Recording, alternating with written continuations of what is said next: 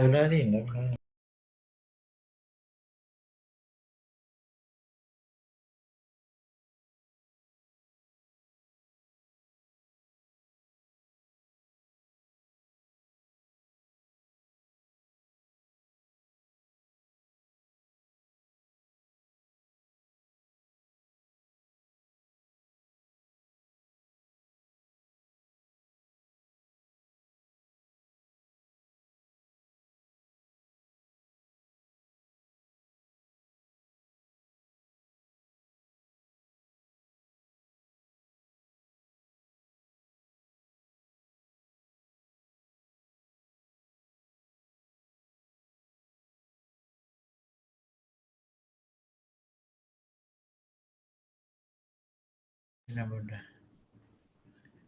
Hello, can you hear me?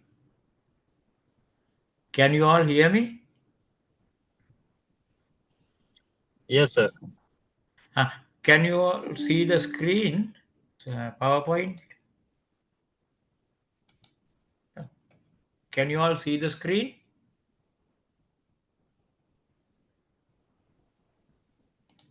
Now we can see. You can see the screen, no? Yes, sir. Okay. Okay. Shall we wait for some time to wait others? Now only how many people? Um,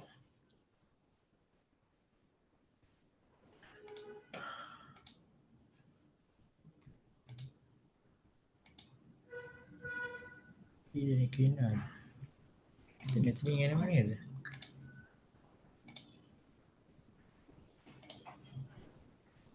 22.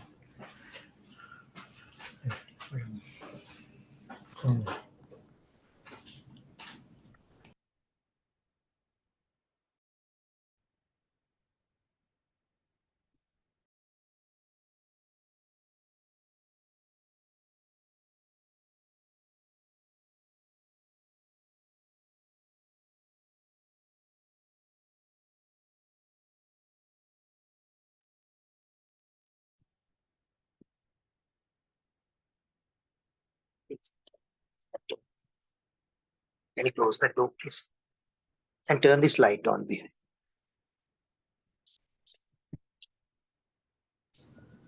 Yeah, hello, yeah, that's me. Okay, then shall we start the lecture? Okay. Hello. Good Yeah, evening, okay. everybody. You Good all can see evening. the screen now, no? You all can Yeah. see the screen. Okay, then we will Yes. start. Industrial safety and occupational health. I am Udeni Wickramasinghe, chairman of the Tertiary and Vocational Education Commission under the Ministry of Education. Give a brief introduction. I graduated from the University of Sri Lanka, Peradeniya campus in 1978, nearly 45 years ago. I did mechanical engineering. Then I worked so many places. Uh, Initially, I worked at the government factory Kolonnawa as the mechanical engineer and proceed.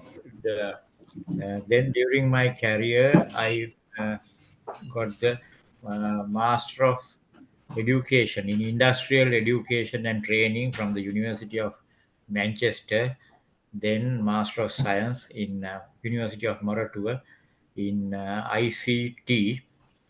Then I am an honorary life fellow of the IESL. Then I got my doctorate PhD from the Kotalavala Defense University regarding wildlife subject, wildlife human elephant conflict subject. Okay, right now we will proceed. Introduction. Uh, Legislation uh, to ensure safety and health of workers in Sri Lanka was first introduced in 1942 with the enactment of the Factories Ordinance.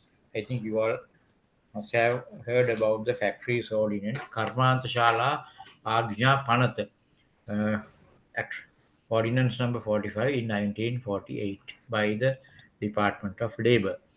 This ordinance was revised by the Factories Amendment Act number 54 of 1961, and again Factories Amendment Law number 12 of 1976 initially. Then after that, during the years, it was amended again for certain amended acts. This lecture covers some important aspects of the Factories Ordinance. It should be read in conjunction with the Factories Ordinance and related regulations issued from time to time. So, under these ordinances, normally various regulations were issued to cover various subject matters. Scope.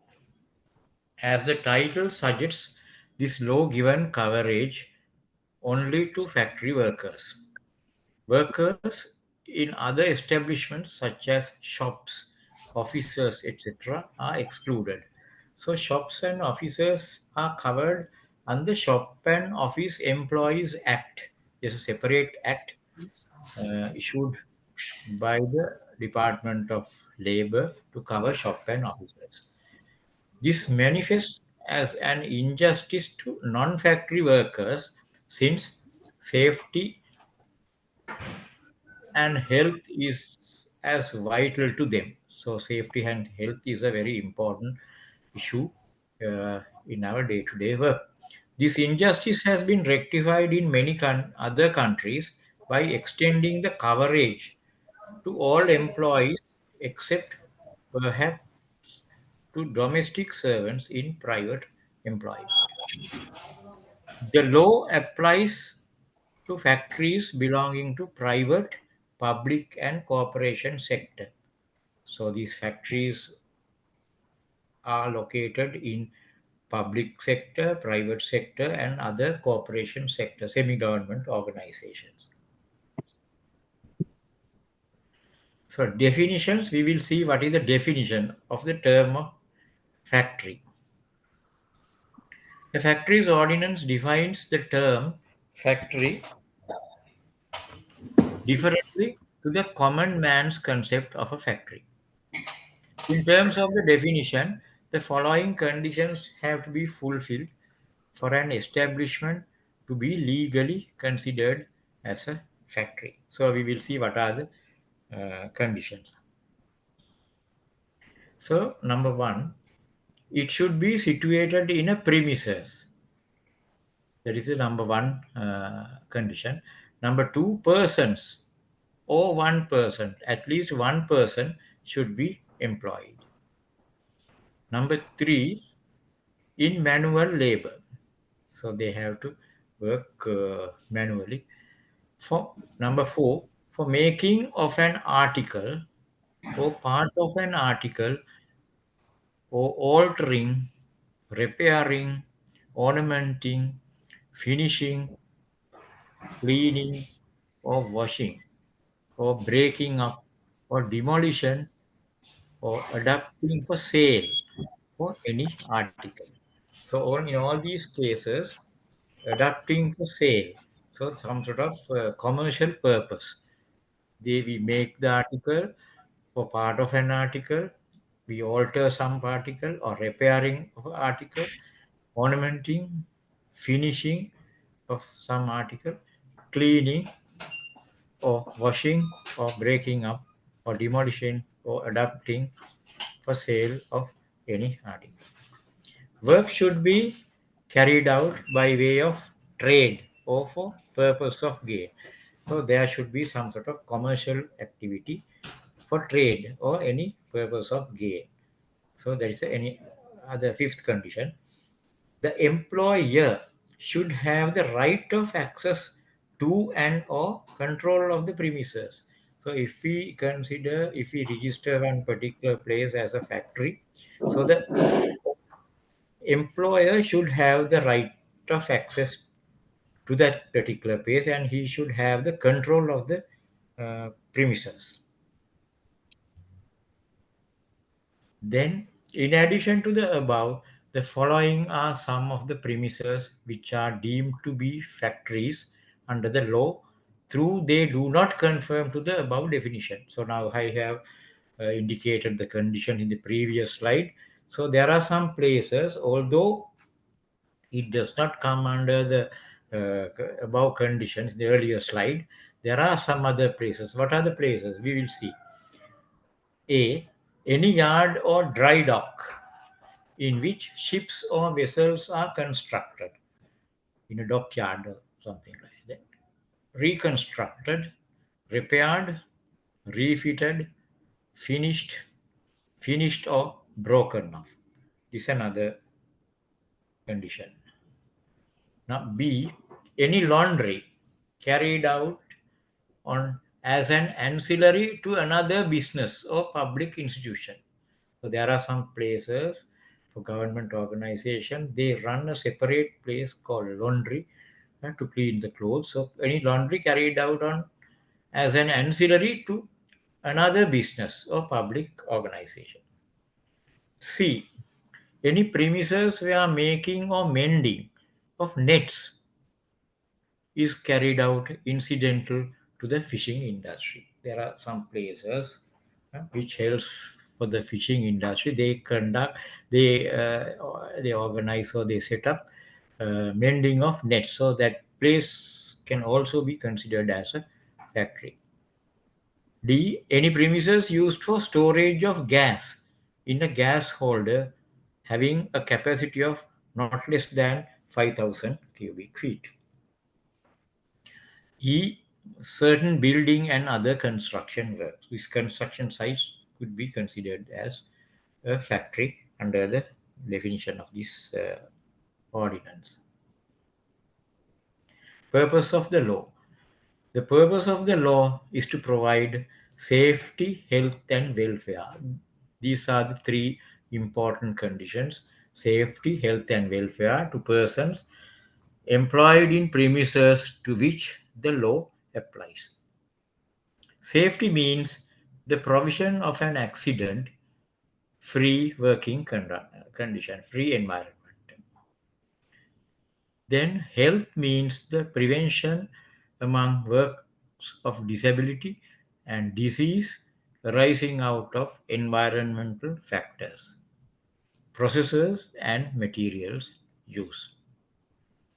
Then welfare refers to the provision of minimum facilities such as toilets, drinking water, washing facilities, and meal room facilities. These things I will explain to you later in this presentation.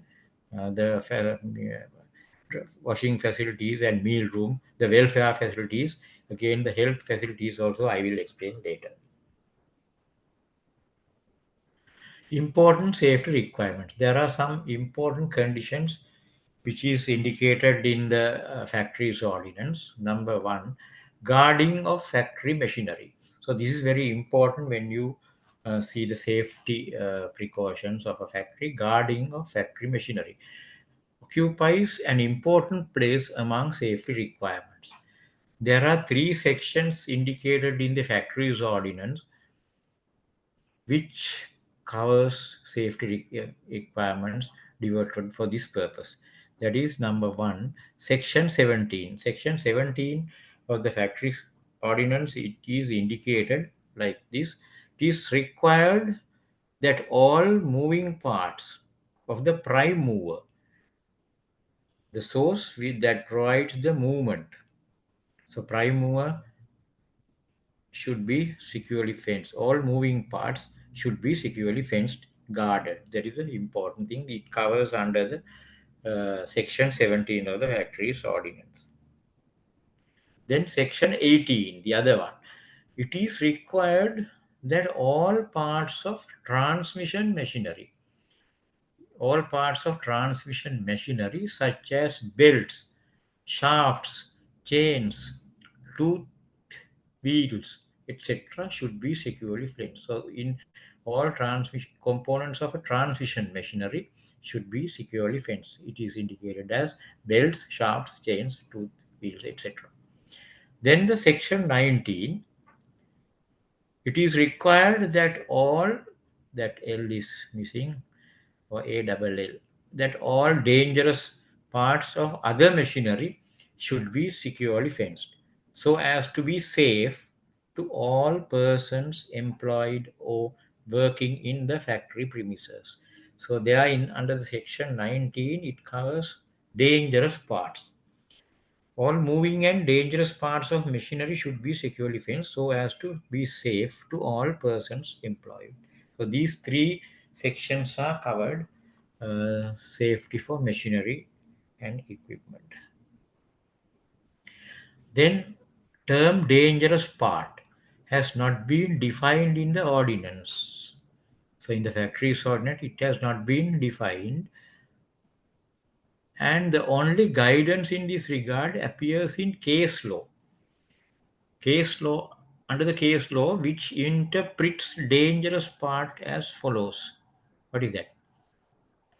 In the bold letters, it is written: a part of a machine is said to be dangerous if it is reasonably foreseeable cause of injury to any person acting in a manner reasonably expected of a human being to act in circumstances that may reasonably expected to occur. So if you think, if you are working as an engineer in a factory, if you think that particular part can cause some sort of injury to a person, so you can make some arrangements for guarding. So that is the thing. So that is your view, the personal view of the particular person. If you think, if it is dangerous, so you have to make some arrangements to guard that particular component. It doesn't give under the factories ordinance, but under the case law, it is the introduction of a dangerous component part. However, if a dangerous part of any machine cannot by reason of the nature of the operation, cannot by reason of the nature of operation, by secured by means of a fixed guard, the requirement of fencing is deemed to have been complied with if a device is provided which automatically prevents operator coming into contact with that part. So if you think that it cannot be guarded, so you have to make some arrangements. The operator cannot come closer to that component, the dangerous part. That is the definition. A woman or a young person between 14 and 18 should not be permitted to clean any machine while it is in motion.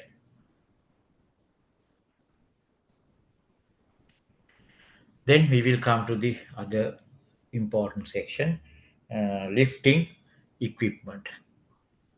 Hoists, lifts, chains, ropes, and lifting tackle.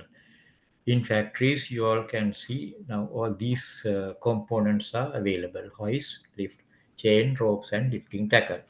Lifting equipment should be periodically examined by a competent person. So that is number one condition. So what do you mean by this competent person? These competent persons are well experienced officers.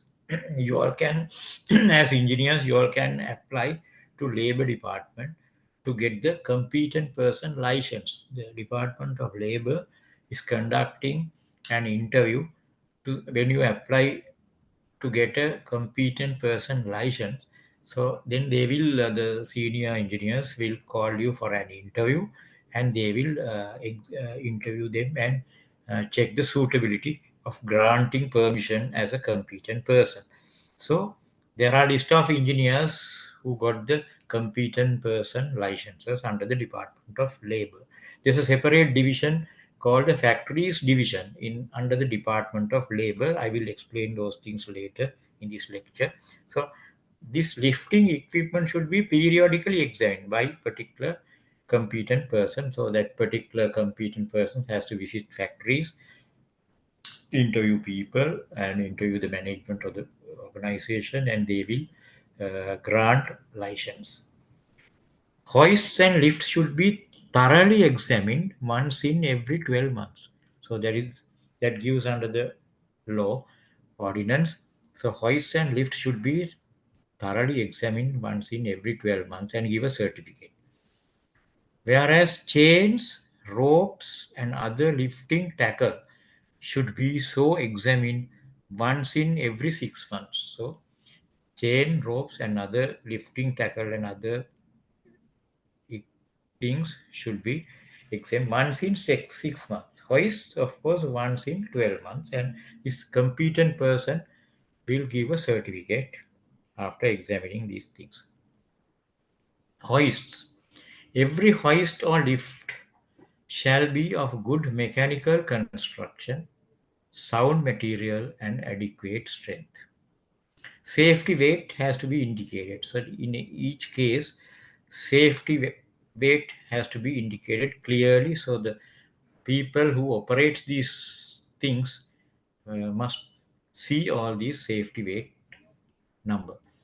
If it is to be used to carry people, safe entrance and exit method shall be available. So safe entrance and safe exit should be available when uh, people are using this hoist.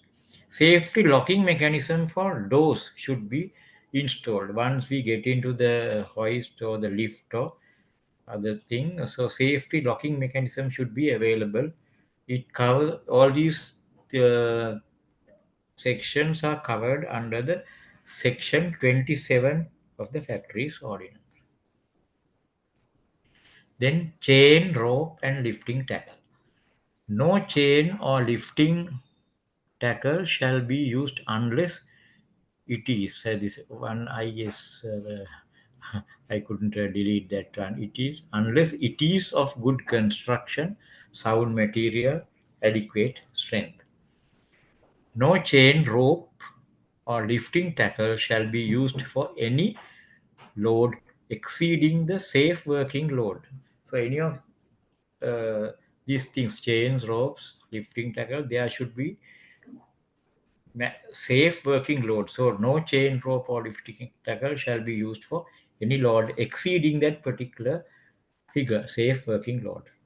Should be checked every 6 months. Again, it says these items should be checked every 6 months as I mentioned you earlier, by a competent person certified by the Department of Labor, the factories division. Section 28 covers all these details. Pressure vessels. So this is also very important when you are working in a factory. Pressure vessels. Safe pressure has to be indicated in the vessel, that you all must know. Safety valve should be installed to the vessel. Pressure gauge has to be fitted to the pressure vessel. Very, very important uh, items. Testing hall to be provided to inspect the inside of the vessel for cleaning purposes. So testing hall should be provided in the pressure vessels. Man has to enter the thing for cleaning. Test for pressure vessels. For steel or non-ferrous pressure vessels, the pressure vessel has to be tested. P is equal to 1.5 into maximum allowable working pressure. So more than that. So 1.5 times of the maximum allowable working pressure, we have to test the pressure vessel for safety purposes. For cast iron pressure vessels, in case of maximum allowable working pressure is less than 1 kilogram per centimeter squared, so testing pressure should be 2 of that one, 2 kilograms per centimeter squared. In case of maximum allowable working pressure greater than 1 kilogram per centimeter squared, the testing pressure should be 2 times of the maximum allowable working pressure. Then boilers, air receivers, and other pressure vessels. These vessels should be examined periodically by an authorized person, as I mentioned you earlier, the competent person, in accordance with the following time schedule.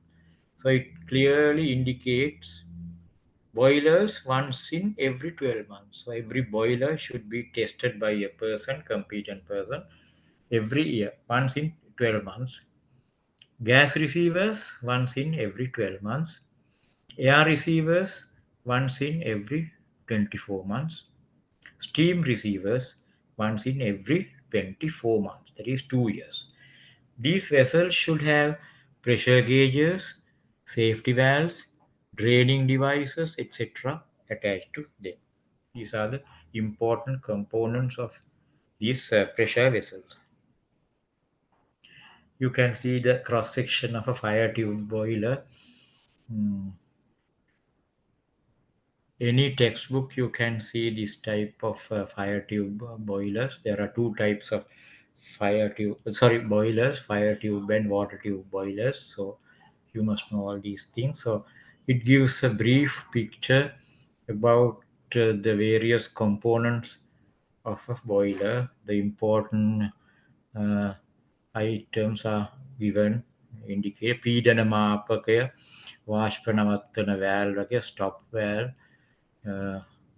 දුම් චිමිනිය, වාෂ්ප අර වතුර එනවා ඒකේ water මේක fire tube boiler එකක්. එතකොට ඒ tubes අස්සෙන් අර පල්ලෙහා තියෙන ගින්දර වලින් එන flame එක ඒ අස්සෙන් යනවා ගිහිල්ලා වතුර රත් වෙලා steam generate කරනවා. Basic features මීට වඩා වෙනස් වෙන්නත් පුළුවන්, but these are the basic items of a fire tube boiler. Any boiler book you can see this type of diagrams very clearly.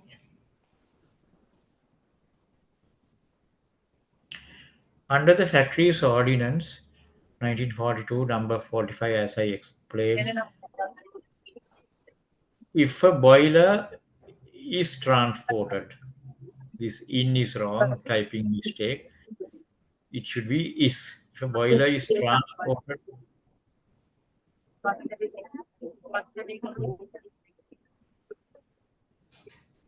I can't hear you.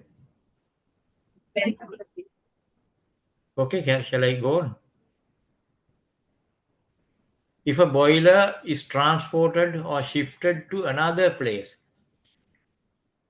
it should be tested and certified again. So once you test the boiler at a particular time, so if you transport the particular boiler into another place, if you shift the place, then again it has to be tested by a competent person. And then again, after major repairs and tested and certified on completion. After completing some major repairs, again the boilers have to be tested by a competent person. Steam boiler attendant certificate of competence. So you can see there are boiler attendants, people in working with these boilers.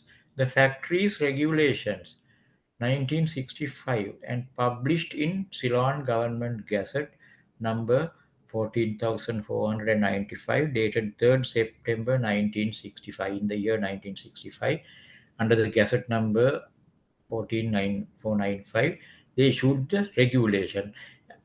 I mentioned you about the regulation. So the fact in ordinances there are some regulation to cover other factors. So this one indicates the boiler attendance certificate. So there are three types of people, three categories, the grades of people working as boiler attendants.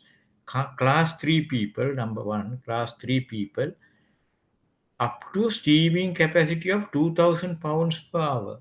So depending on the steaming capacity, they categorize this boiler attendants uh, job work. Last three people, they should work up to steaming capacity up to 2000 pounds per hour. Then number two, 1 year experience as a foreman or assistant to a certificate boiler attendant. So they should have at least 1 year experience. So with this qualification, they can get the class 3 certificate as a boiler attendant. Then class 2 boiler attendants, they should have 3 years experience in attending boilers. Up they have to work under the up to steaming capacity of 6000, up to steaming capacity of 6000. Then number three, these are in addition to conditions for class 3. In addition to class 3 qualification, they must have achieved these conditions. Then the class 1 boiler attendants, up to steaming capacity above 6,000 pounds, above 6,000 pounds per hour steam production capacity, must have 6 years experience in attending to boilers. They have 6 years experience in attending to boilers. This is in addition to conditions stated for class 2. Then class 2 have 3 years. So here, in addition to 3 years, another 6 years. So altogether 9 years he must have after class 2 experience. Boiler explosion causes. Boiler explosion causes inoperative safety valve, low water in the boiler. There should be some minimum level, so it cannot be decreased, the low water in the boiler. Scale deposits too high. So when we operate the boiler, there are certain scales deposits in the bottom, so we have to remove when doing the maintenance work. Oil in the boiler water, corroded or thinner part of plates, cracks, improper repairs. So those are the boiler explosion causes. We have to avoid these situations when we operate a good boiler. Safety valve, SV means safety valve, could be adjusted plus or plus 10% of the marked pressure. There's some sort of indicated pressure. So plus 10% of that particular figure, you have to adjust the safety valve. Boiler operators notes. Test safety valve monthly for its performance. Blow down frequently to clean interior of the boiler. See adequate lights are there at switchboards, panel boards, water gauges, pressure gauges, temperature meters, and all other important places. There should be proper lighting system to see the figures. So lights should be available. Do not depend on fully automatic devices. They may fail. Test all automatic devices periodically. If you have automatic devices, or periodically you must test all these equipment. 6. Clean the boiler and keep it neat. Check the flame and flue gases at the chimney, light brown. Check temperature. Check the feed water levels, feed water availability. Clean filters periodically. Then, when switching off the boiler, water at maximum level. Now we will see what are the essential features of a good boiler. Excuse me.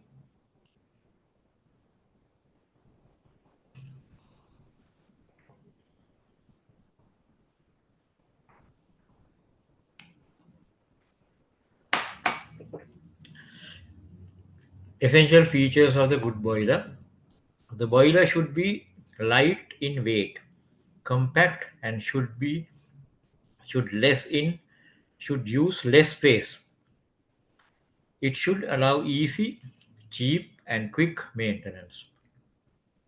That is very important. It should be capable of starting very quickly. It should be capable of accommodating large variation of loads. Number 5, in a boiler, the velocity of water and the flue gas should be minimized after they overcome heavy frictional losses. All the joints and fittings of a boiler should be easily accessible. Water scaling and soot should not collect in and on its tubes. So tubes should be very clean. So scaling should be removed regularly for better maintenance work. Safe mean access of and safe place of employment. Safe means of access to the place of work should be provided and maintained. If a person is liable to fall from a height of more than 6 feet, means should be provided to ensure his safety, such as by the provision of safety belts, nets, scaffolding, or something like that. So, if particular person is working more than 6 feet height, especially in the construction site, so you have to provide all these safety precautions, safety belts, nets, and scaffoldings properly. No person should be permitted to enter a confined space unless steps are taken to remove any fumes, toxic or irrespirable gases. So when you are working underground places, confined spaces, so you have to provide all these things for safe place of working environment. Persons entering such spaces should wear breathing apparatus and be provided with a lifeline. මේ පතල් වල වැඩ කරන කට්ටියට ඒවා විශේෂයෙන් වැදගත් වෙනවා. Then occupational health. A close relationship exists between man's work and his health. It is possible to recognize four important relationships. Work can give rise to diseases. Work can exacerbate existing diseases. Illness may affect a worker's ability to work safely and efficiently. Work promotes health. So these are the conditions under the occupational health. Many diseases arise from exposure of workers to various environmental hazards, physical, chemical, and biological, and psychological. Some diseases are made worse by certain types of work. For example, there are so many examples. I have quoted one example. Workers with chronic lung diseases, such as chronic bronchitis, experience worsening of their illness if exposed to very dusty environments that you all must know. So it's very uh, important factor. Standing for long periods at work can aggravate existing varicose pains in legs, varicose pains. The knowledge of the nature of work to be undertaken by a prospective employee is thus of extreme importance for placing him, particularly if he has some disability, in a job best suited to him. So, Father. conditions under the occupational health. Sorry.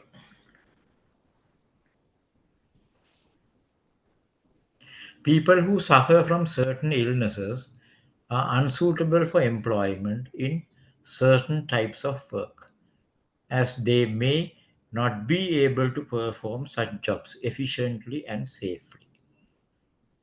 Such persons may not only expose themselves to danger but may, in certain situations, be a danger to others.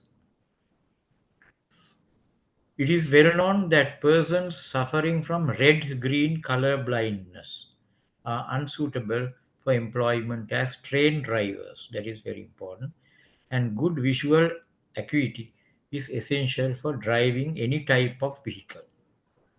Deaf persons are unsuited for jobs where communication is important, and also in workplace where it is necessary to recognize auditory alarm signals. A pre-employment medical examination will assist in the proper selection of persons and should be mandatory in work which is dangerous or unsafe. So this pre-employment medical examination, certain organization they implement. They are very particular about these medical examinations before they recruit people to various different kinds of jobs. So this medical exam under the medical examination they can identify whether that particular person is suitable or not suitable for this particular job or activity. Most people gain a sense of satisfaction by working. It has been observed that when work is satisfying, there is an important in a worker's health. Work that does not satisfy or unemployment will conversely lead to poor health. That we all must know. That's very important thing.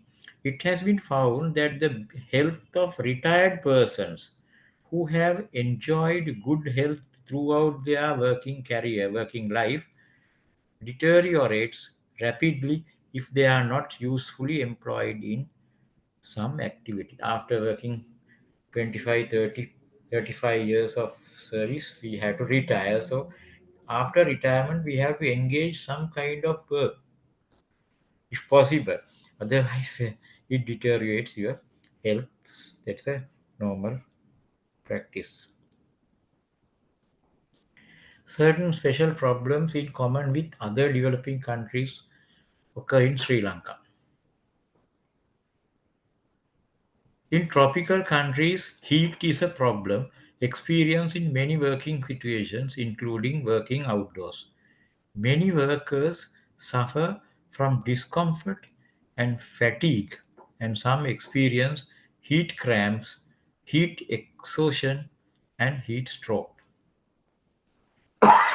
Sorry. Certain materials and processes which are found in Sri Lanka have not been adequately studied.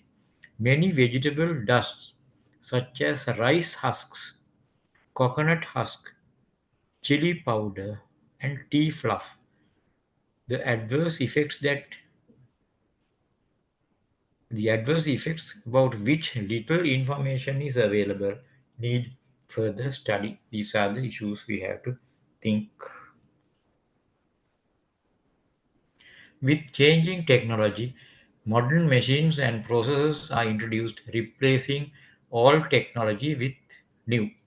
In agriculture, tractors and other machinery, as well as fertilizers and pesticides, are being used, exposing farmers to new hazards.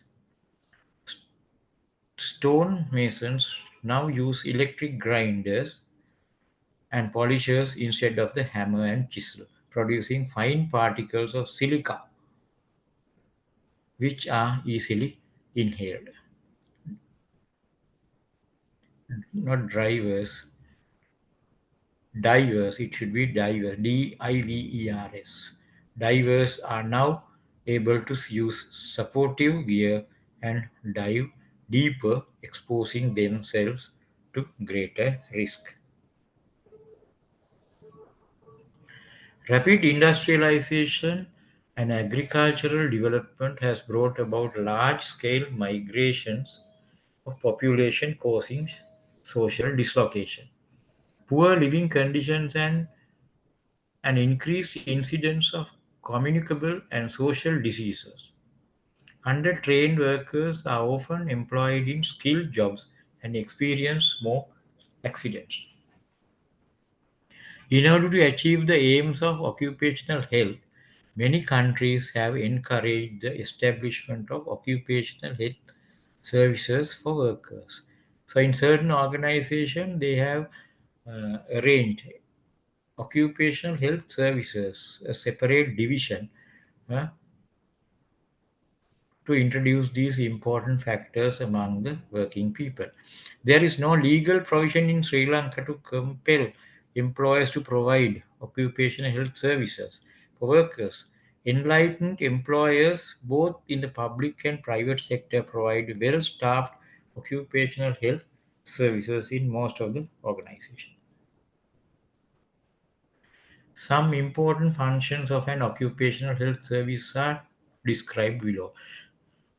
Under this fee, there are certain conditions. We will see what are the conditions. Placing people in suitable jobs. This activity includes pre-employment medical examinations and post-sickness medical examinations to determine fitness to work. Number one. Number two, providing treatment services, early treatment of injuries, poisoning, and illnesses will prevent complications and assist rehabilitation. Then, number three, controlling hazards in the work environment.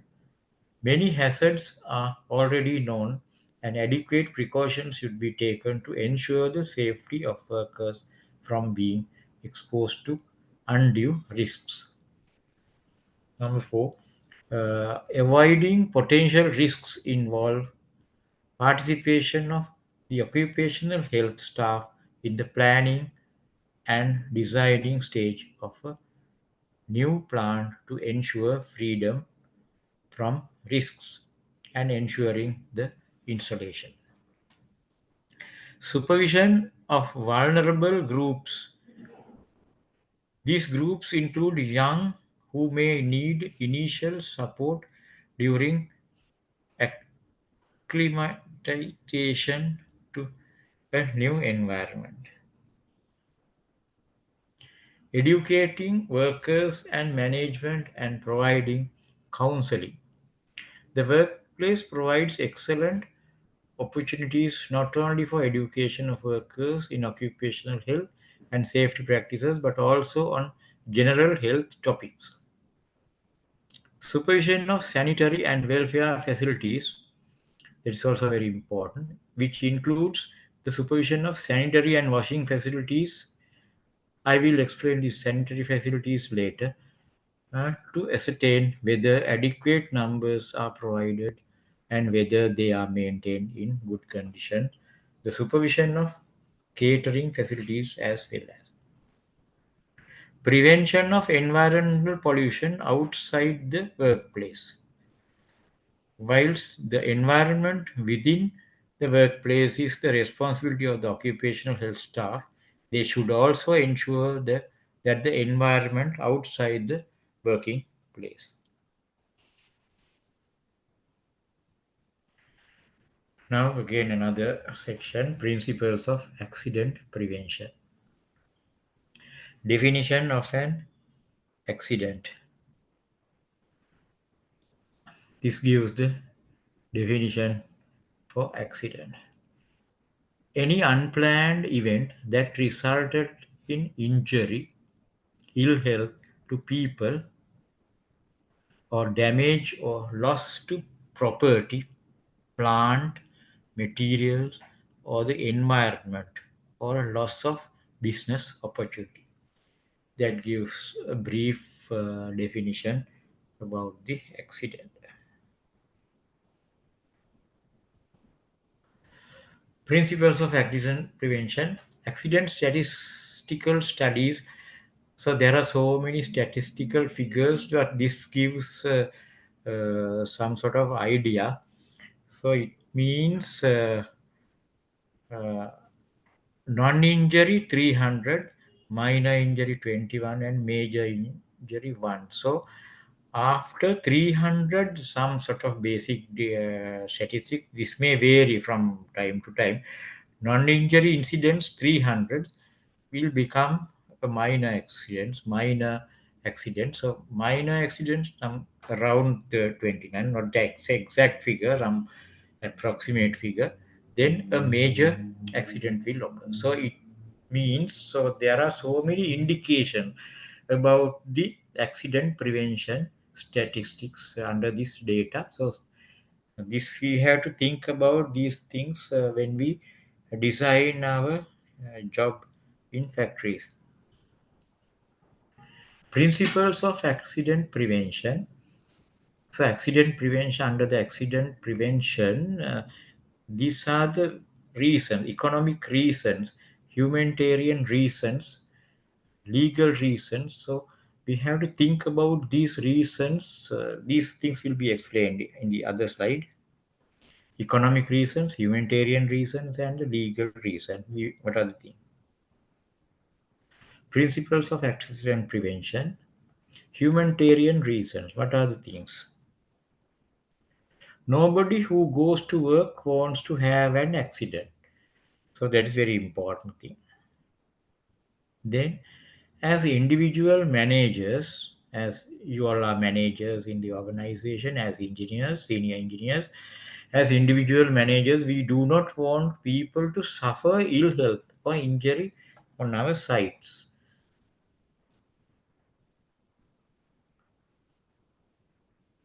These are the economic reasons. Cost to individual, the company, and to the country. So accident prevention is very important when we think about these economic reasons. So all these things will cost. So it costs to individual, the company, and to the country. Insurance costs. So insurance, we have to claim insurance, so it will increase. Damage to product and material, plant and building, then tools and equipment. So all these things will cost some money. Legal costs. So in certain cases, we have to appear for uh, judicial activities or legal costs. Production delays. When there's an accident, all these production delays will occur. Continued. Again, economic reasons. Overtime working. So it's very clear. Investigation time. So somebody has to investigate the accident and report to the higher management. Investigation time. Supervisor's time diverted. So supervisor's time should be is diverted to any other activities. Clerical effect. Those are general things. Loss of expertise and experience. Components of an accident. Pre-accident, the accident, the results of the accident. This picture gives the three items: causes of accidents, unsafe work conditions, unsafe acts of persons will cause of causes for accidents. So it gives clearly about the principle. Unsafe acts. Working without authority. There are some workers in factories, they work without authority, without getting the proper instruction from the senior people, the management. Failure to warn others of a danger is another one, unsafe act.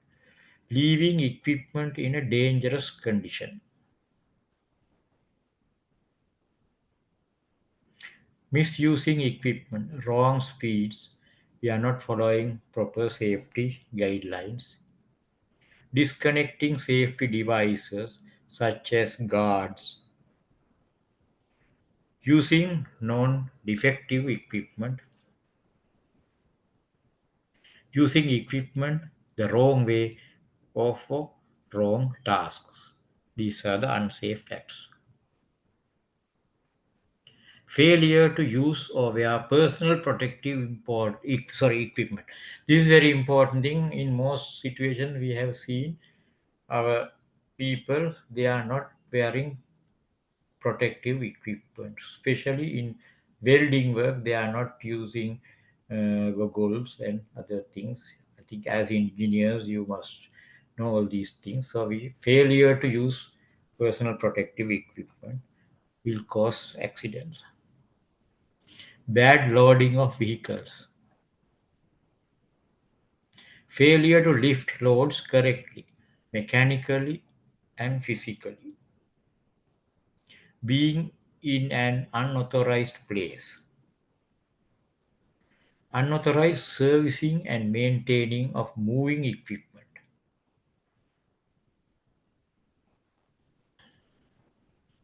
horseplay is very important thing in our working places.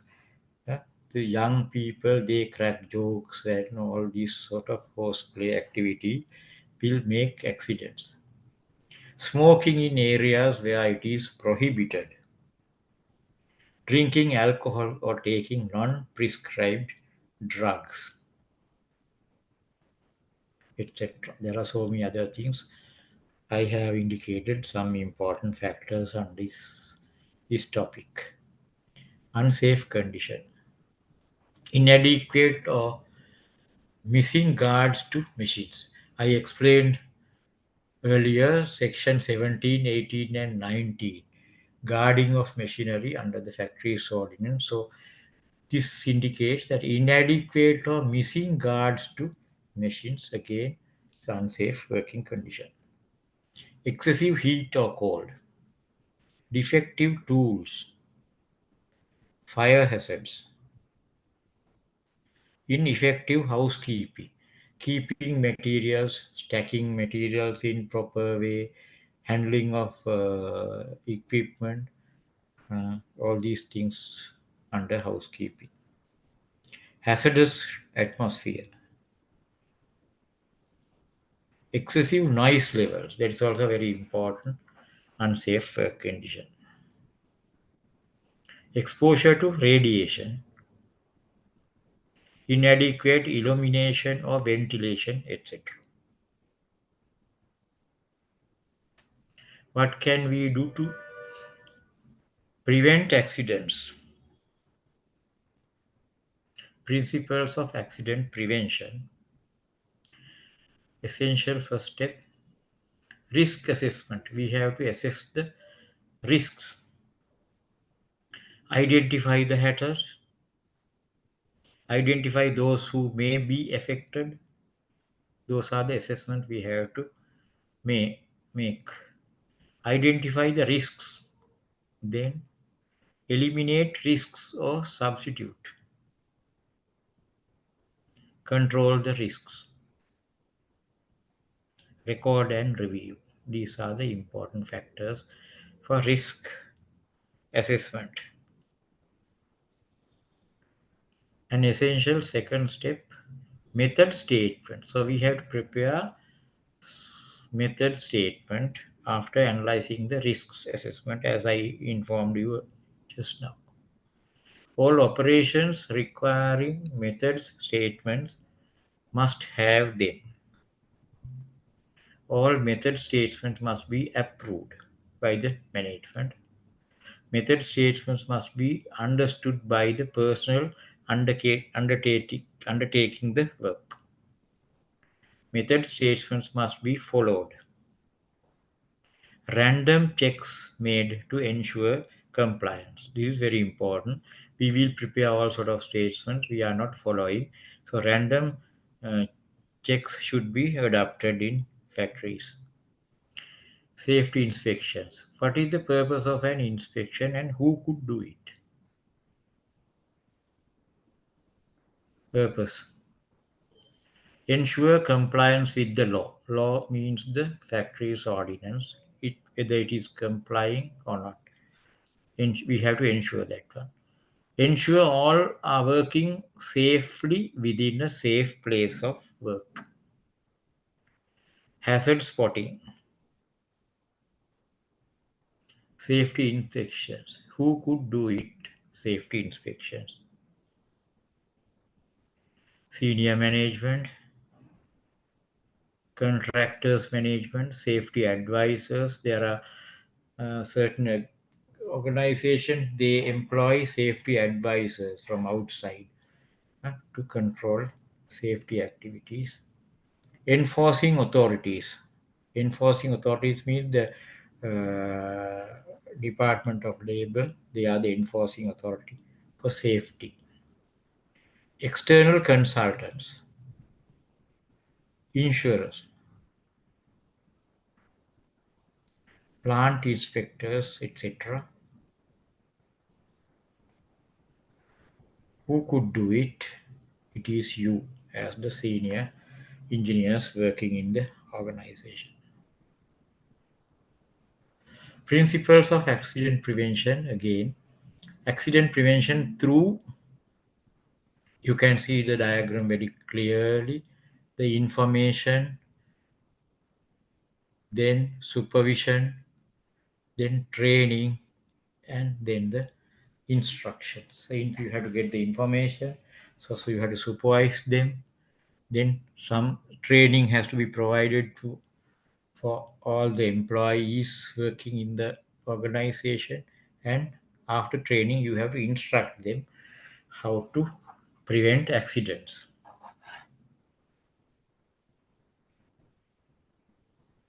Accident reporting, this is also very important in factories. Accident reporting under the section 61 of the factories ordinance, where any accident occurs in a factory which either causes or loss of life to a person employed or disables any such person for more than 7 days from earning wages, not coming to work, at the work at which he was employed, written notice of the accident in such form and accompanied by such particulars should be sent to the district factory inspecting engineer. I will explain the set of the Department of Labor. So they are the district factory engineers. Factory inspecting engineers are functioning all over the country.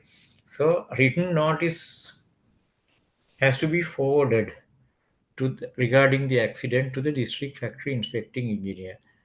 So causes loss of life to a person employed or disables any such person for more than 7 days from earning wages at the work which he was employed. For this particular purpose, there's a special form, that is form number 10. Form number 10 is available in the Department of Labor Factories Division website. It is available. So form number 10, you can get a print out details. You have to keep it in the factory. Form 10, that all these particulars has to be entered in the form 10 and has to be forwarded to the district factory inspecting engineer for recording purposes and for investigations. Accident reporting, prevention, investigation, trends, costs, research, enforcement, future legislation. So accident reporting is very important for prevention of future accidents and for the investigation purposes, then the trend, how it happens, and to stop future trends, then the cost of this accident. And for research purposes, there are some uh, engineers, they do research about these accidents in factories. And for enforcement of the law, it's very important, and few legislation In certain cases, the Department of Labor has to gazette regulations. Once we get the information about accidents from time to time, they gazette it. So for that particular, for future legislation, it is very important to do accident reporting. It's a mandatory activity by the um, workers, by the management of the organization. Review of policies and procedures. Accident book. Every accident involving personal injury to an employee must be entered in an accident book by either whom? The employee, someone acting on behalf of the employee. So it's very important. So you have to keep accident book in an organization. The accident book must be kept accessible and its location known to all employees. So it is readily available in the safe place in a factory. Notification of occupational diseases. Every registered medical practitioner attending on a patient whom he believes to be suffering from a notifiable industrial disease. These notifiable industrial diseases are given in under regulations by the Department of Labor. These details are available in the website. Industrial diseases should give written notice to the chief factory inspecting engineer. Chief factory inspecting engineer is the overall head of the factories division under the Department of Labor. So he's the overall head of the particular division. So you have to give notices to him. Inquest into deaths. Inquirers of sudden deaths. හදිසි මරණ පරීක්ෂකවරු මරණ පරීක්ෂණය කරනකොට holding inquiries into deaths resulting from factory accident or notifiable industrial disease should ensure that a factory inspecting engineer is present at the inquiry to watch the proceedings. කර්මාන්තශාලාවක අනතුරක් කළ මිය ගියොත් ඒ මරණ පරීක්ෂණයේදී හදිසි මරණ පරීක්ෂා කරනකොට කම්කරු දෙපාර්තමේන්තුවේ ඒ ඉංජිනේර් factory inspecting engineer කෙනෙක් එතන ඉන්න ඕන. Notification of accidents. When any accident occurs in a factory which causes loss of life to person employed, disables any such person for more than 3 days from earning of full wages, makes any such person unconscious due to heat, exhaustion, electric or inhalation of irrespirable gases or fumes, written notice of the accident should be sent to the district factory inspecting engineer. Then we will come to another topic, waste management.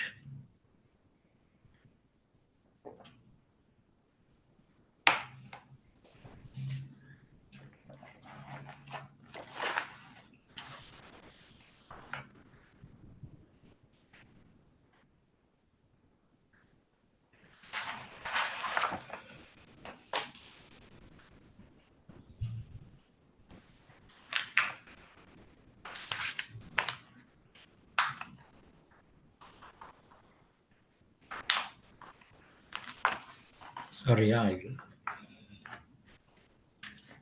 Sorry, 1 minute.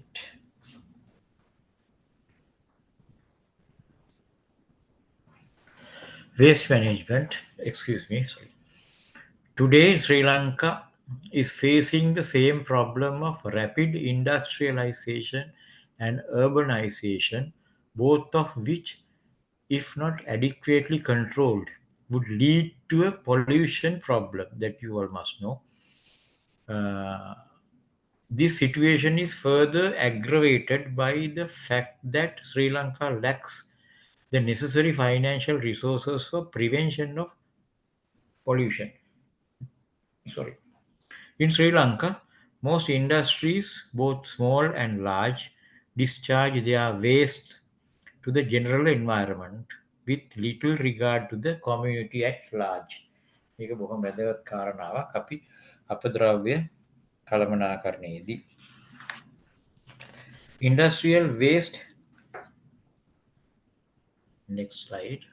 Industrial waste includes raw materials, discarded factory products, intermediate products, packaging materials, sludge from treatment plants, wastes from factory canteen, etc., and may exist in the form of gas, liquid, or solid. We will now look at the various methods available for the purification, treatment of air, water, and solids in industry.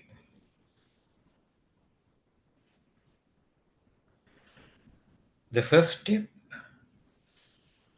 in the management of industrial waste is to minimize the generation of it. That is the most important thing. Processes could be altered or modernized to achieve this. The next step would be to substitute toxic raw materials. Recovery of materials from waste or reuse in another approach to be considered. One man's waste may be another's raw material. Therefore, inter-industry coordination is desirable. කර්මාන්ත ශාලාවක අපද්‍රව්‍යයක් තවත් කර්මාන්ත ශාලාවක අමුද්‍රව්‍යයක් වෙන්න පුළුවන්. ඒක නිසා ඒක සැලකිලිමත් වෙන්න ඕන. Dry fabric dust collector. These fabric collectors are integrated in many books and many websites, so I will briefly explain these things. So you can go through the sites, the Google, you can search and get more details. I will explain you briefly about this. These probably form the largest single group of or air cleaning devices in this field and are known variously as dust collector, bag filters, bag houses, etc. Basically, they all employ a fabric filter to arrest dust or fume using fabric filter. They are able to cope with heavy dust burdens and a wide range of particle sizes at high efficiency. A correctly rated fabric can achieve an overall efficiency of 99.8, the estimated figure. The fabric dust collector must be self-cleaning, that is, able to shed the dust burden collected by either manual or automatic activation of a cleaning mechanism and then continue in operation.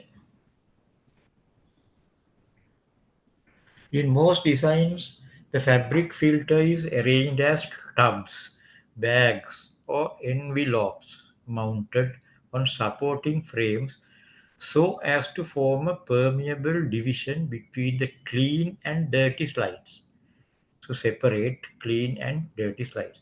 The dust-laden air enters from below, passes upward through the fabric filter, and the clean air leaves via the discharge dust at the top. The dust, which could be shaken off, collects at the bottom. The common cleaning system is an intermittently functioning mechanical device which vigorously shakes the top of the filter bags. Different fabrics such as cotton, wool, nylon, and ethylene are used depending on properties of the dust or fume. Then wet collectors. Okay, another thing. Similarly, you can get more details.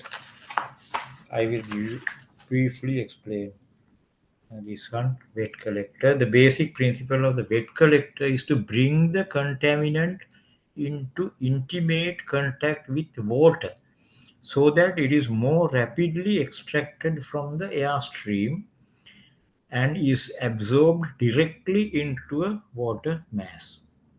Wet collectors are able to deal with both particulate and gaseous contaminants and with hot or corrosive airstreams.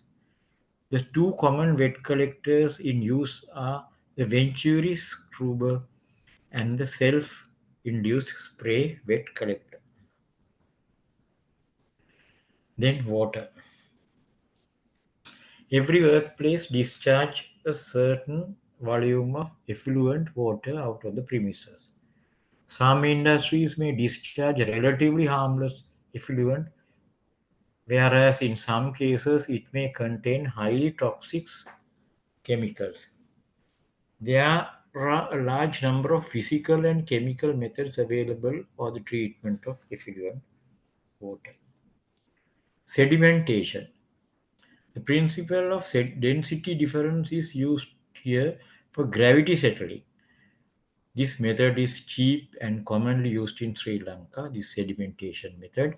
The effluent water is collected in settling tanks and the solute particles settle at the bottom, leaving the clear liquid at the top.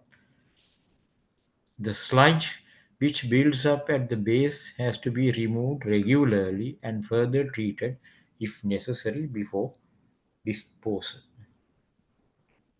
Flotation. If the process of substances which floats to the top of the settling tank are removed using skimming apparatus. An example is grease in water. For particles which do not readily float, the dissolved air flotation method may be used. In this method, the tank containing wastewater is pressurized. After sufficient time is allowed for air to dissolve, the pressure is released and the air now comes out of the solution. Filtration. This is a process in which separation of pollutant is accomplished by the size difference of the particles. The effluent water is forced through a porous medium with resultant retention of particles in the medium. Three types of media that could be used are beds, sand and asbestos, mesh, screen and fabric, perforated surfaces, certain membranes.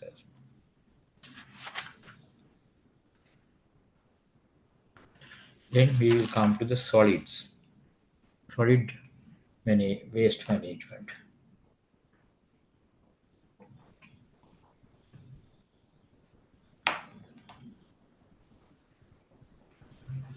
Solid waste in industry may consist of unused raw material, damaged final products, byproducts, packaging materials, leftover foods, etc. Minimizing the generation of such waste should be the first line of action. Incineration. The ancient disposal technique for getting rid of waste is to burn it. Incineration, while solving one problem, creates others. They are they are they are air pollution due to smoke and unburned remains which have to be disposed of by another means. Landfill. This is very common in Sri Lanka. This is also very ancient means of disposing of solid waste.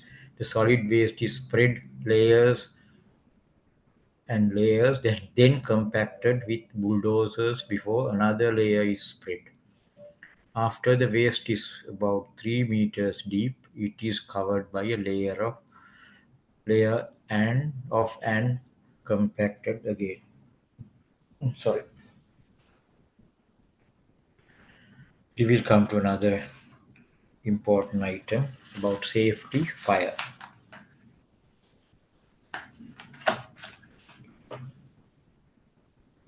Fire is the result of a combination in suitable proportions of a fuel oxygen, and an initial source of heat that you must know.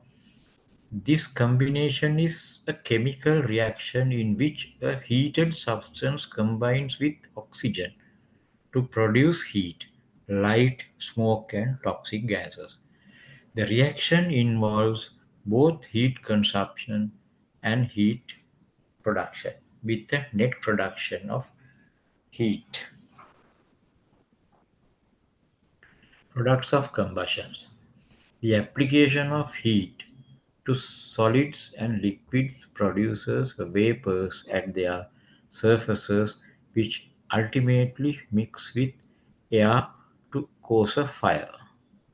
During combustion, in addition to the heat, new molecules are also formed. These are called the products of combustion. Complete combustion can occur in a very hot, well-ventilated fire. In this situation, carbon dioxide and steam are formed from the oxidation of carbon and hydrogen respectively.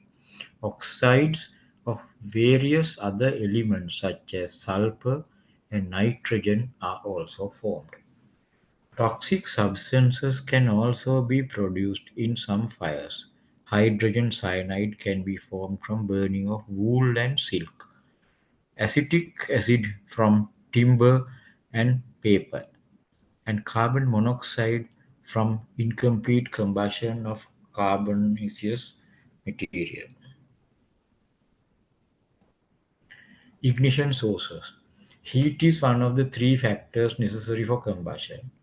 It is readily available in industry from various ignition sources such as electrical apparatus and wiring, sources of static electricity, machinery, grinding, welding and cutting processes, heating and cooking processes, matches and lighted cigarettes. Control measures. Fire protection has to be planned at the design stage of buildings, taking into consideration the risks involved in the manufacturing process. High risk areas should be protected with fire resistant walls so as to prevent the rapid spread of fires. Fire resistant doors should be also be provided for these areas to isolate them in case of major fires. Where appropriate, inbuilt systems for detecting, controlling, and extinguishing fires could be provided. Fixed automatic devices are available to extinguish fires. These operate automatically in case of fire and sprinkle water or other extinguishing agents. Safe escape routes should be provided and these should be maintained free of obstruction. Doors should open outwards to enable easy exit in case of fire. Though this is very important. Safe escape routes must be provided in organization so that people can easily escape in case of fire. And the doors should be open outward so that then the people can push the door and go outside if there's a fire. There should be good access routes around the building to assist the fire brigade. The hydrants and other facilities for firefighting should be provided. It is desirable to install fire alarm systems in factories. I think in all factories this is available nowadays with the modern technology. And all workers should be trained in evacuation procedures by conducting fire drills regularly. So they have indicating various notices for evacuating people in case of fire. All the informations are available. I think in most factories it is available now. Preventive measures should be considered after thorough study of the process materials and likely ignition sources. This involves the identification of specific hazard areas, selection and provision of appropriated first and firefighting equipment, and the training of workers employed in these areas to use the equipment correctly. It is also important to establish good housekeeping practices such as proper disposal of waste, regular cleaning of machinery, floors and walls, and the proper storage of materials. Material handling process should be available. Regular inspections to ensure that safety procedures are adhered. Then another topic, safety in electricity. This is very important factor.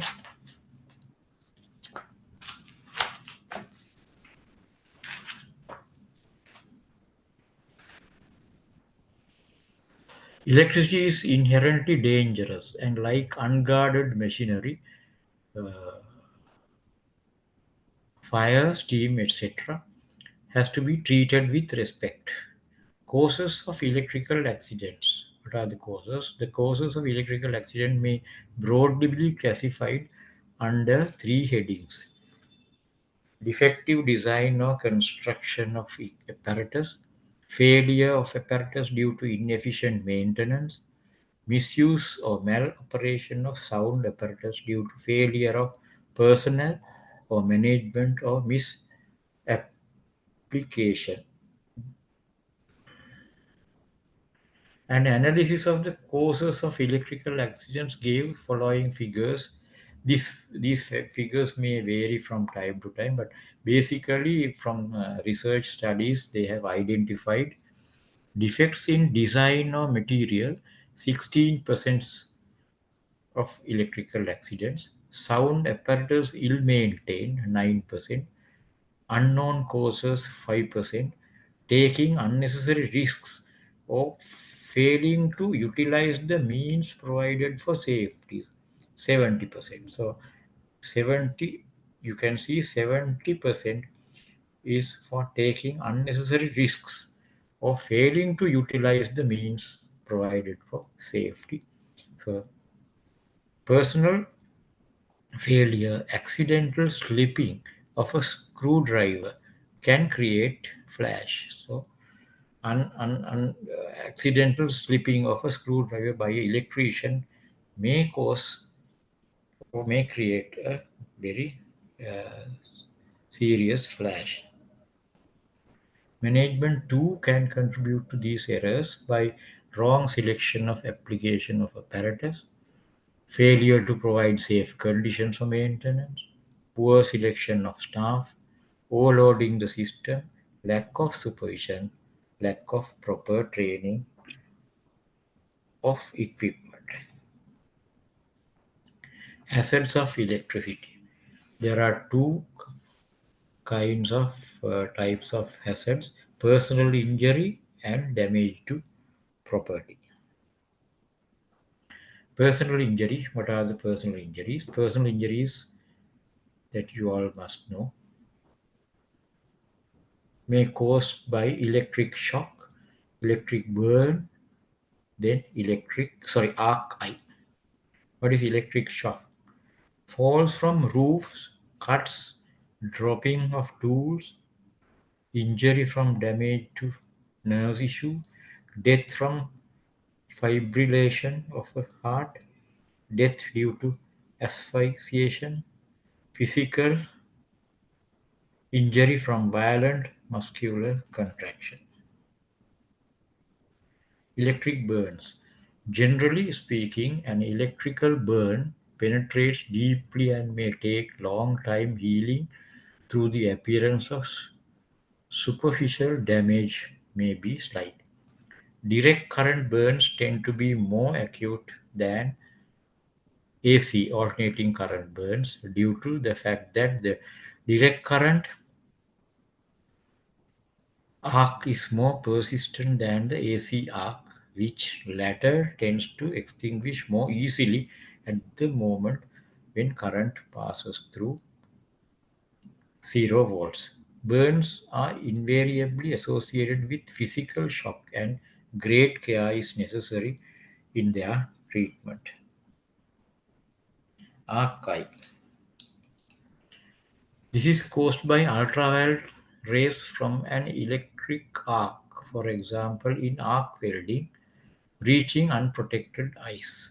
The condition is very painful, causing temporary loss of sight. The victim feels as if there are sand particles in the eye.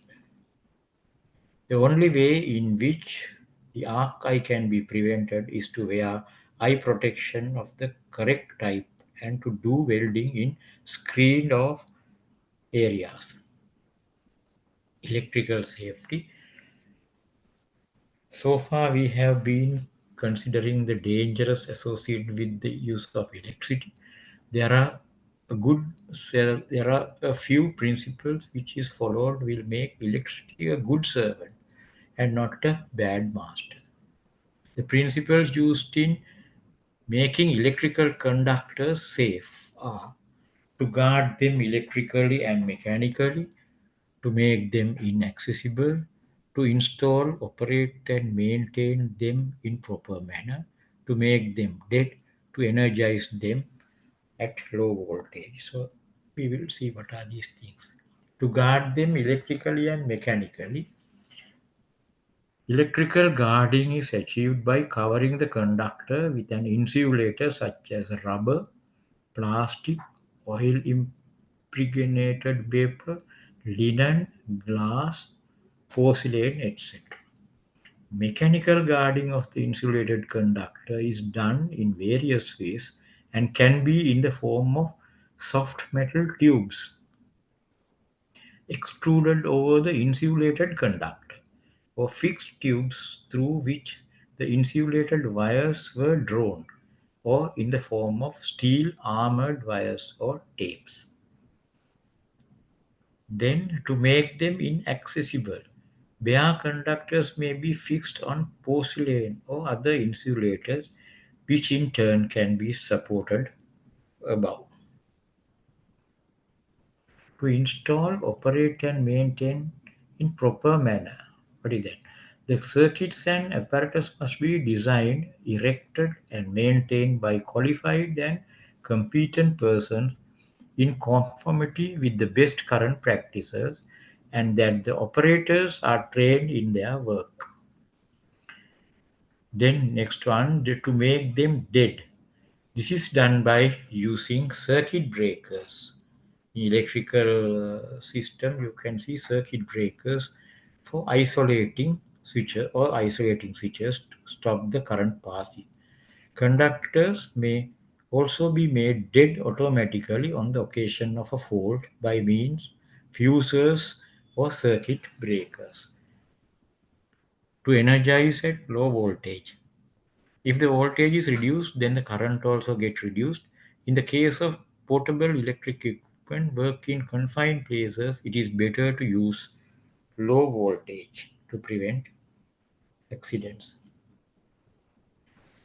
Then we will come to another section, safety in construction industry.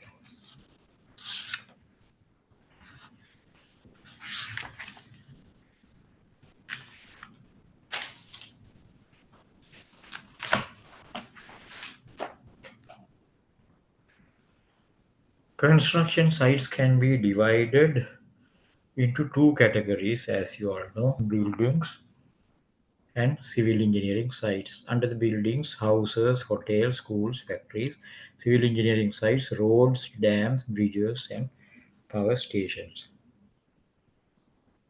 It is observed that occur more accidents in construction site when compared to factories due to the following reasons.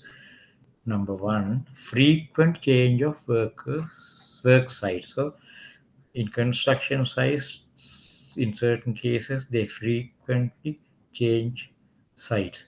Lack of disciplinary control, lack of planning, subcontracting of work. They do not give much attention to the safety rules. When we subcontract people For some work, the subcontractors, they are not interested about the safety. They just want to finish the work and get money. So that may cause accidents. Lack of allocating funds for safety equipment. Engage unskilled workers for low wages, especially in construction site. Lack of proper coordination among different categories of work groups. Example, barbenders, masons, carpenters, electricians, etc. To face different weather conditions, rain and sunshine. Safety procedures implementation.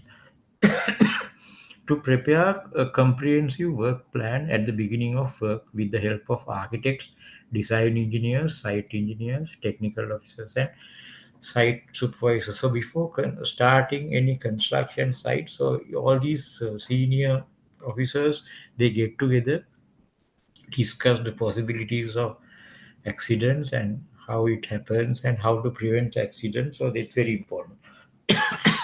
Safety precautions to prevent collapsing of walls during excavation of soil. To provide sufficient air in deep excavation when they work underground. So they are engaging in excavation of soil. So to provide sufficient air is very important for deep excavation. Safety precautions should be introduced in scaffolding work in high-rise buildings to maintain hoists, chains, ropes, and other lifting equipment regularly.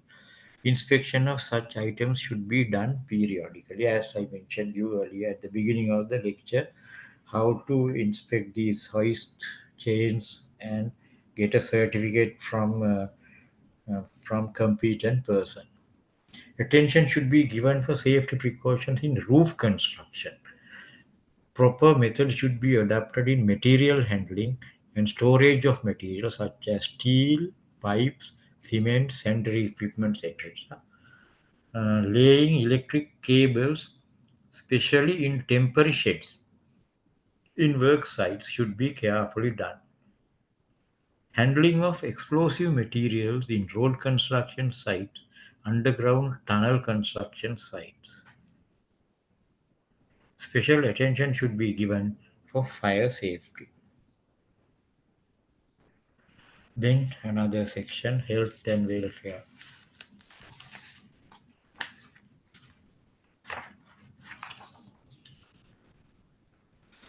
Cleanliness. Every factory should be kept clean and free from effluvia. Workspace.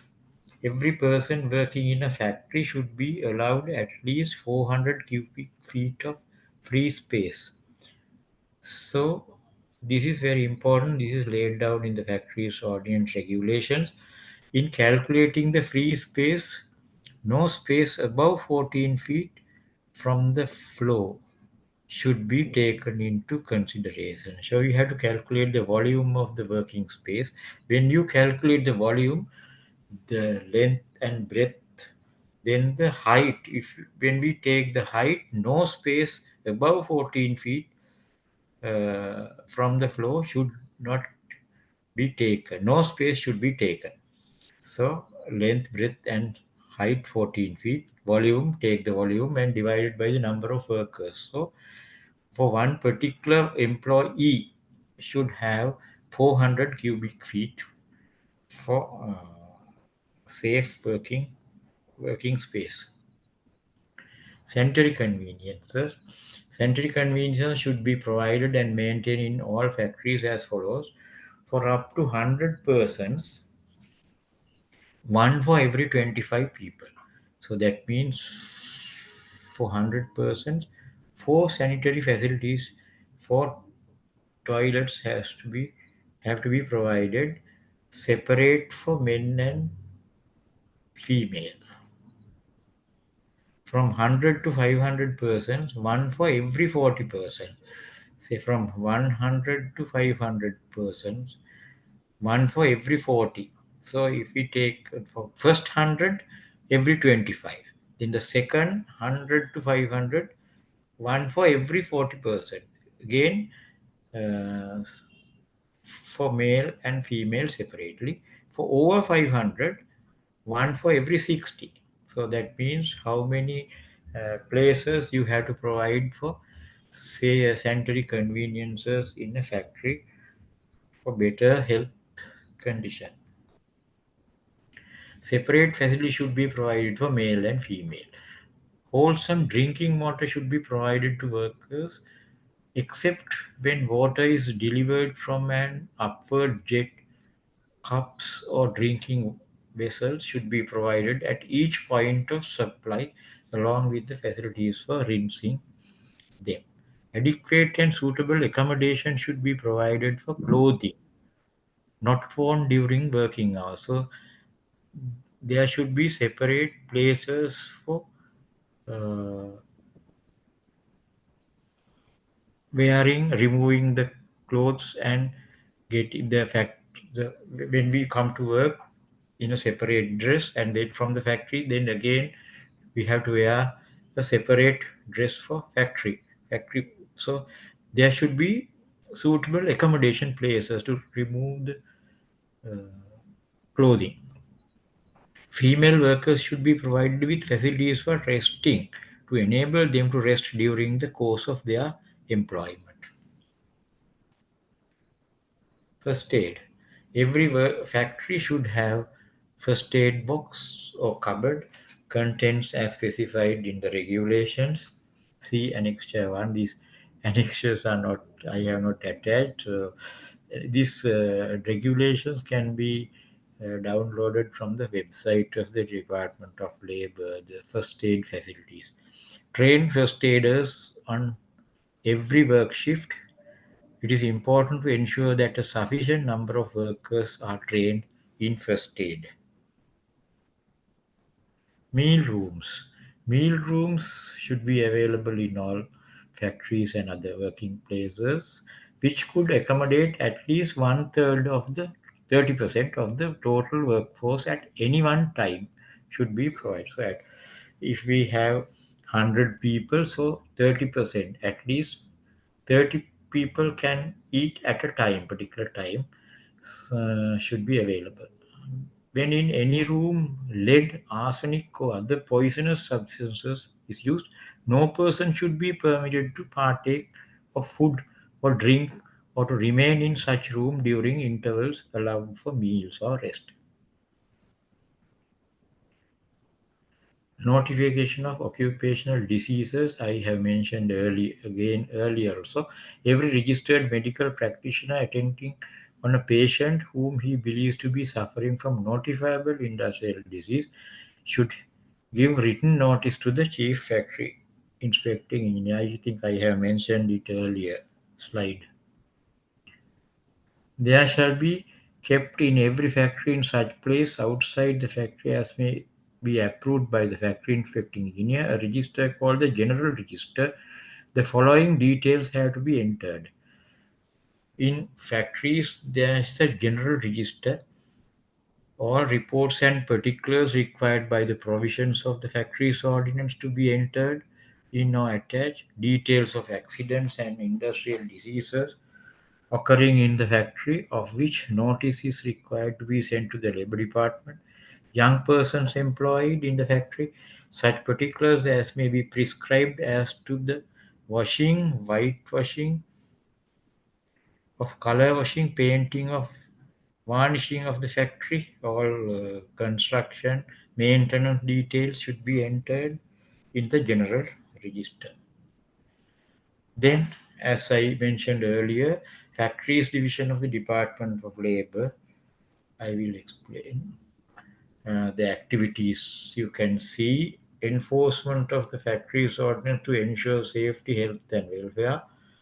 Workers in factories through following enforcement and implementation, inspection of factories, approval of building plans. So you have to get the approval from the Department of Labor for before constructing any place for a factory. Attendant coroner's court to give expert evidences. හදිසි මරණ පරීක්ෂකවරුන්ගේ වාර්තා කරන අවස්ථාවලදී ඒවයි ඒ කටයුතු උදව් කරන්න.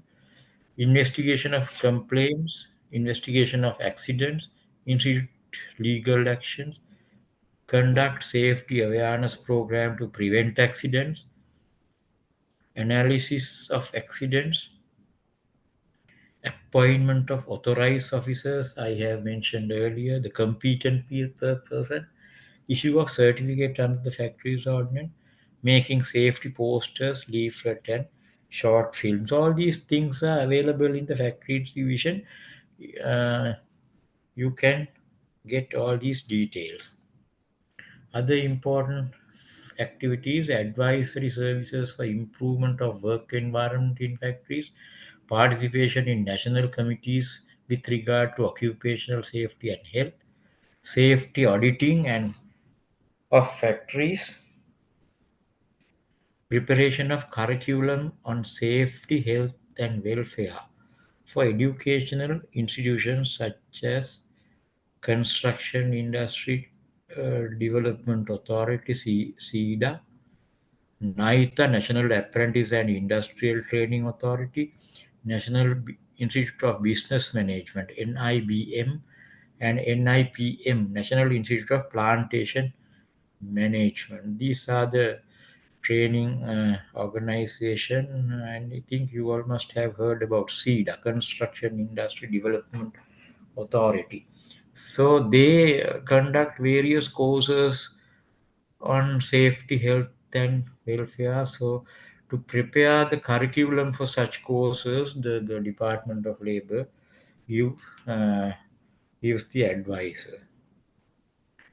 These are the existing legislation, Factories Ordinance number 45. Then amendments, I mentioned few earlier. Then these are the amendments number 22 of 46, 54 of 61, 12 of 1976, 18 of 1998, 33 of 2000, 19 of 2002. These are then from time to time these amendments they prepare it, passed by the cabinet of ministers, then it goes to the parliament for approval, then gazette it. In addition to above, following regulations are also be effective. Factories number 1, regulation 60, sanitary convention 65, dangerous occurrences notification 65, washing facilities 65, general standards of lighting, meal room details, regulations, steam boiler attendance certificates 1965, factories, notifiable industry. I mentioned all about these things during my lecture. Protection of ice, first aid regulation, leaflet on first aid. All these details are available. You go to Department of Labor and you can get all these details. That concludes my lecture. My email address is given there, ayodhya42@gmail.com. My mobile number is 0777 You all can call at any time to this mobile number to get more details. So if you have any questions regarding my lecture, any clarification or things, you can contact me. Thank you for listening to my lecture. Now nearly 1 hour and 45 minutes, started at 5:15. Now it's 7 o'clock. Thank you for listening to my lecture once again. Thank you. Thank you. Thank you. Thank you very much. Thank you, sir. Thank you very much. Thank you very much. Yes, sir. Thank you.